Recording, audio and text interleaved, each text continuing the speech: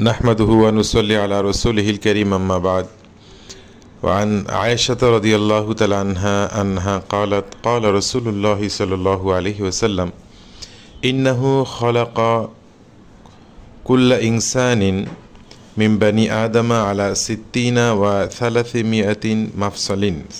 थलाथिमियति मफ़सलिन फमन कब्बरल्लाह व हमिदल्लाह व हल्लल्लाह व सब्बहल्लाह व इस्तग़फ़रल्लाह व अज़ला हजरन अन तरीक़िन नास औ शौकतन औ अदमन अन तरीक़िन नास औ अमर बिमारूफिन औ नहा अन मुनकरिन अदद सित्तीन व थलाथिमिया फ़इन्नहु युमसी यौमइज़िन वक़द ज़हज़ह नफ़्सहु अनिन नार। रवाहु मुस्लिम। हज़रत आयशा रादियाल्लाहु ताआला अन्हा থেকে বর্ণিত রাসূলুল্লাহ সাল্লাল্লাহু আলাইহি ওয়াসাল্লাম ইরশাদ করেন, আল্লাহ তাআলা মানুষের মানবদেহের বনি আদমের শরীরে 360টি জোড়া রেখেছেন। কাজেই যে ব্যক্তি আল্লাহ তাআলার বড়ত্ব বর্ণনা করে, অর্থাৎ তাকবীর পড়ে অথবা আলহামদুলিল্লাহ পড়ে অথবা লা ইলাহা ইল্লাল্লাহ পড়ে অথবা সুবহানাল্লাহ পড়ে অথবা আল্লাহ তাআলার কাছে ক্ষমা চায়, ইস্তেগফার পড়ে অথবা রাস্তা থেকে কোনো পাথরকে সরিয়ে দেয় অথবা কাঁটাকে সরিয়ে দেয় অথবা কোনো হাড্ডিকে সরিয়ে দেয় মানুষের চলাচলের রাস্তা থেকে, অথবা ভালো কোনো কাজের আদেশ করে অথবা কোনো খারাপ কাজের কাজ থেকে মানুষকে নিষেধ করে, 360টি এমন কাজ করে, তাহলে ওই ব্যক্তি এমন অবস্থায় সন্ধ্যা করলো যে সে নিজেকে জাহান্নাম থেকে রক্ষা করলো। মুসলিম শরীফ থেকে হাদিসটা নেওয়া হয়েছে।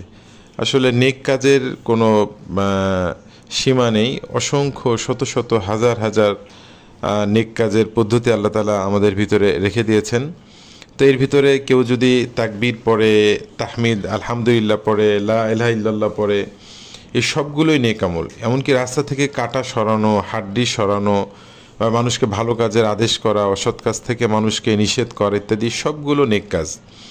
তো এগুলো মানুষের প্রত্যেকটি অঙ্গ প্রত্যঙ্গের যে জোড়া, এই জোড়া থেকে অন্য হাদিসে আসছে, মুসলিম শরীফের যেটা বুখারীতেও আছে, অন্য হাদিসে রাসূল করিম সাল্লাল্লাহু আলাইহি সাল্লাম বলেন যে মানুষের প্রত্যেকটি জয়েন্টের জন্য বনি আদমের কর্তব্য হলো সদকা করা।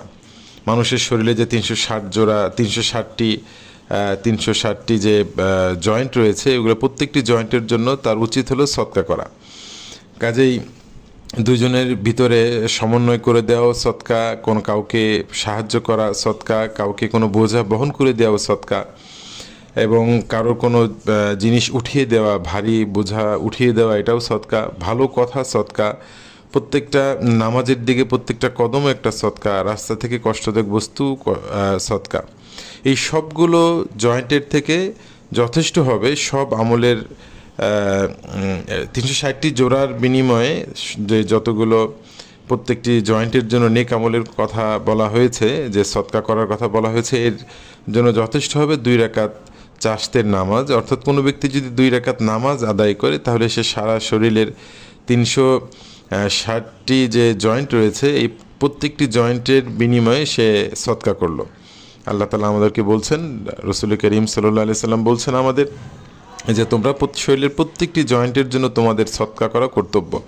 আল্লাহ তাআলা আমাদেরকে এই জয়েন্টগুলো দিয়েছেন, হাড্ডিগুলো, আমরা এগুলো বিভিন্নভাবে ঘুরিয়ে ফিরে কতভাবে উপকৃত হচ্ছি, বিভিন্ন কাজে হাঁটা চলা, স্বাভাবিক কাজকর্ম, আমরা এর থেকে সহযোগিতা নিই। তো প্রত্যেকটি জয়েন্টের জন্য আমাদের উচিত বা কর্তব্য হলো সদকা করা।